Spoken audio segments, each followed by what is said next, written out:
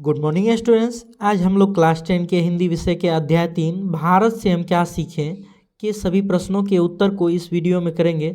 आप लोग इसे अपनी फेयर नोटबुक में लिखते जाएं। प्रश्न 1 है, समस्त भूमंडल में सर्वविध संपदा और प्राकृतिक सौंदर्य से परिपूर्ण देश भारत है। लेखक ने ऐसा क्यों कहा है?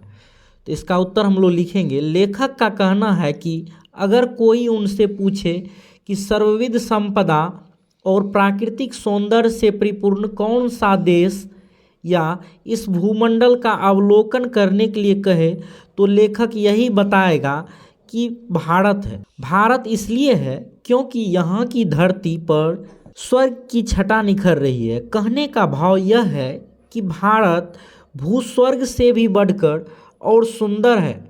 विश्व बंधुत्व, मानवीयता, समता, स्वतंत्रता और विश्वव्यापी करुणा, अहिंसा की शिक्षा देकर पूरे विश्व को अगर किसी देश ने आलोकित किया है तो वह भारत ही है। अतः भारत भूविश्व में सर्वाधिक प्राकृतिक सौंदर्य और संपूर्ण संपदा से भरपूर स्वर्ग से भी बढ़कर है। प्रश्न 2 है, लेखक की दृष्टि में सच्चे भारत के दर्शन कहाँ हो सकते हैं और क्यों? इसका उत्तर हम लोग लिखेंगे। लेखक की दृष्टि में सच्चे भारत का दर्शन कोलकाता, मुंबई, मद्रास या ऐसे दूसरे शहरों में नहीं हो सकता है। सच्चे भारत का दर्शन एकमात्र भारत के नागरिक ग्रामवासियों के बीच ही हो सकता है। भारत गांवों का देश है, किसानों का देश है। अतः भारतीय आत्मा का सही वास गांवों में ही है। इसलिए सच्चे भारत का दर्शन निश्चल, निर्मल, निष्कलुष ग्रामीणों के बीच ही संभव है।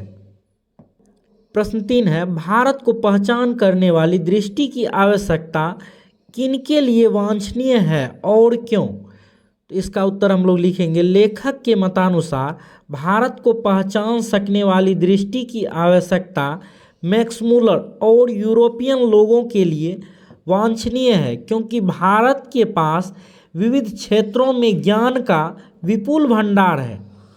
दर्शन का क्षेत्र हो, कला का क्षेत्र हो, ज्ञान या भूविज्ञान की बातें हो, वनस्पति शास्त्र और वनस्पतियों को प्राप्त करना हो तो भारत का दर्शन करना ही होगा। 4 नंबर का प्रश्न है, लेखक ने किन विशेष क्षेत्रों में अभिरुचि रखने वालों के लिए भारत का प्रत्यक्ष ज्ञान आवश्यक बताया है? इसका उत्तर हम लोग लिखेंगे। लेखक ने भूविज्ञान, वनस्पति जगत, पुरातत्व उत्खनन संबंधी सिक्कों की जानकारी के लिए, दैवत विज्ञान के बारे में जानने के लिए, प्राचीन कथाओं कहावतों को सुनने के लिए, भाषा विज्ञान समझने के लिए, विभिन्न जातियों आदिवासियों की सभ्यता संस्कृति जानने के लिए, कानून के बारे में जानने के लिए, धर्मशास्त्र और मानवशास्त्र को समझने के लिए, रीति रिवाज विविध परंपराओं को देखने सुनने के लिए, इतिहास और भारतीय वाङ्मय का अवगाहन करने के लिए, संस्कृत की महत्ता विशालतम रूप साहित्य को देखने पढ़ने के लिए भारत का दर्शन आवश्यक है। 5 नंबर का प्रश्न है, लेखक ने वारेन हेस्टिंग्स से संबंधित किस दुर्भाग्यपूर्ण दुर्घटना का हवाला दिया है और क्यों? इसका उत्तर हम लोग लिखेंगे। वारेन हेस्टिंग्स जब भारत का गवर्नर जनरल था तो उसे वाराणसी के पास 172 दारिस नामक सोने के सिक्के से भरा एक घड़ा मिला था।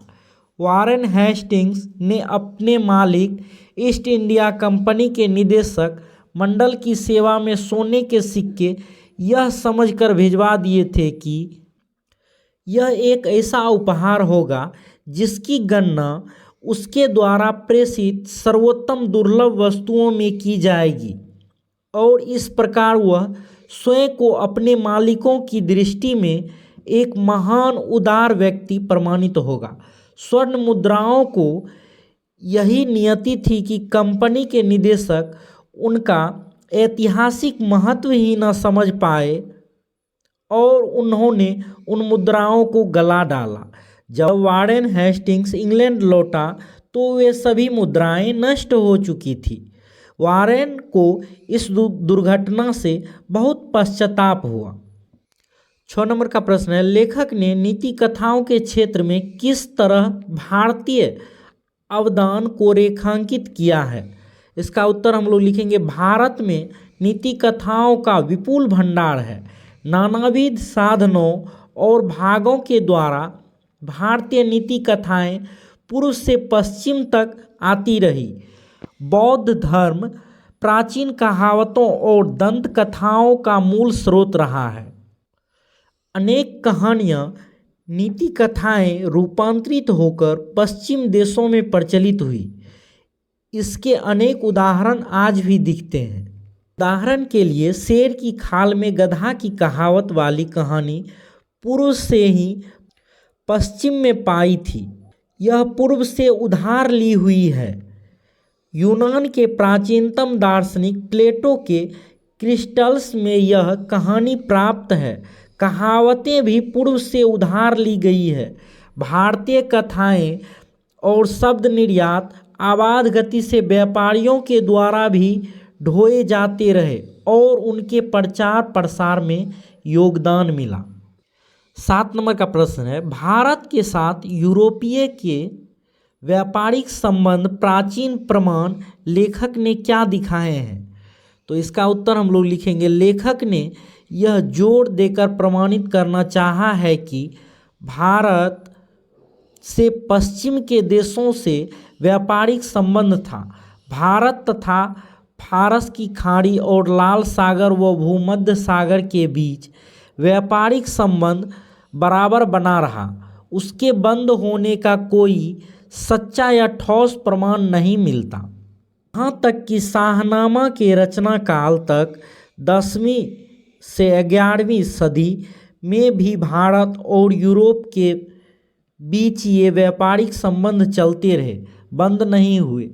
यहाँ प्रमाणित प्रमाण में शाहनामा नाशक कृति और उसके रचनाकाल को दिखाकर लेखक ने यह सिद्ध करना चाहा है कि भारत का यूरोपीय देशों से व्यापारिक संबंध सदैव बना रहा, उसमें कभी अवरोध उत्पन्न नहीं हुआ। 8 नंबर का प्रश्न है, भारत की ग्राम पंचायतों को किस अर्थ में और किनके लिए लेखक ने महत्वपूर्ण बनाया है, स्पष्ट करें। तो इसका उत्तर हम लोग लिखेंगे, भारत की ग्राम पंचायतों के विषय में ज्ञान प्राप्त करने के लिए यूरोपियन लोगों को लेखक ने अपना सुझाव दिया है।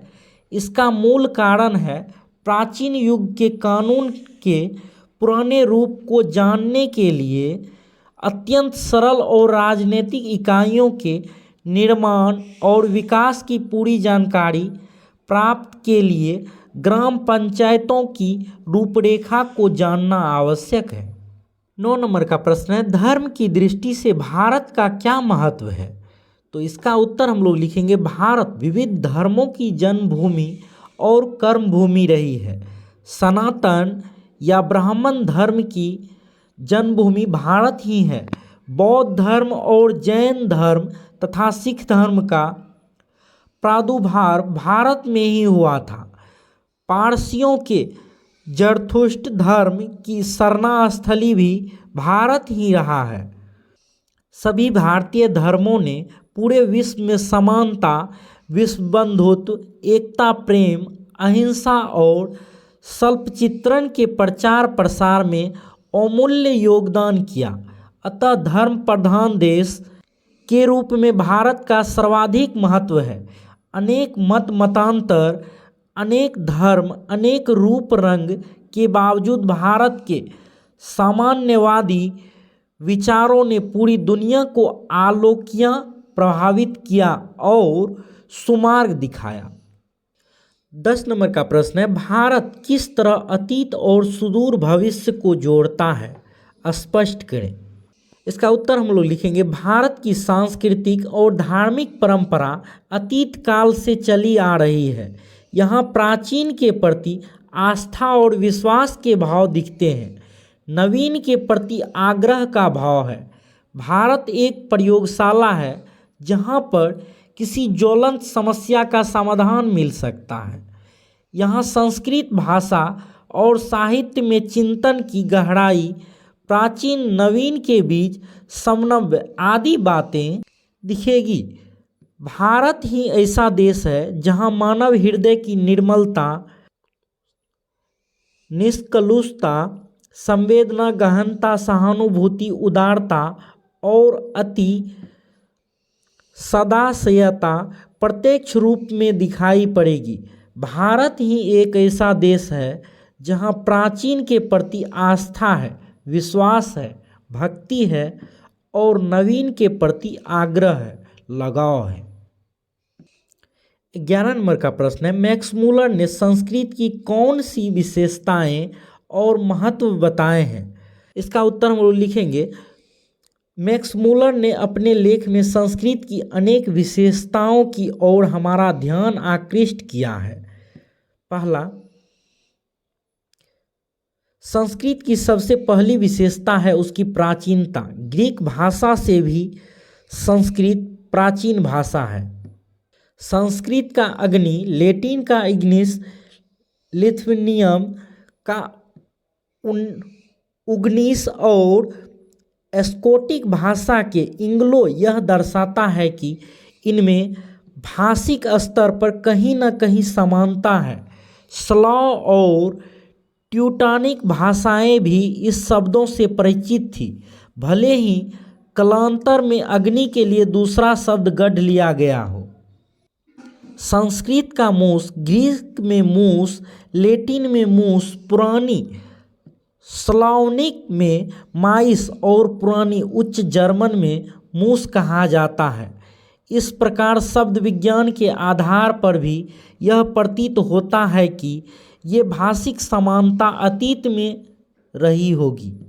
भारत, यूनान, इटली और जर्मनी में बिखरे पड़े अवशेषों के आधार पर आर्यों की जिस भाषा का मूल ढांचा खड़ा किया गया है वह उन लोगों की अत्यंत दीर्घकालीन चिंतन प्रक्रिया की ही उपलब्धि थी। 12 नंबर का प्रश्न है, लेखक वास्तविक इतिहास किसे मानता है और क्यों? इसका उत्तर हम लोग लिखेंगे, संस्कृत भाषा और दूसरी आर्य भाषाओं के साहित्य को वास्तविक इतिहास के रूप में मैक्स मूलर ने मान्यता दी है।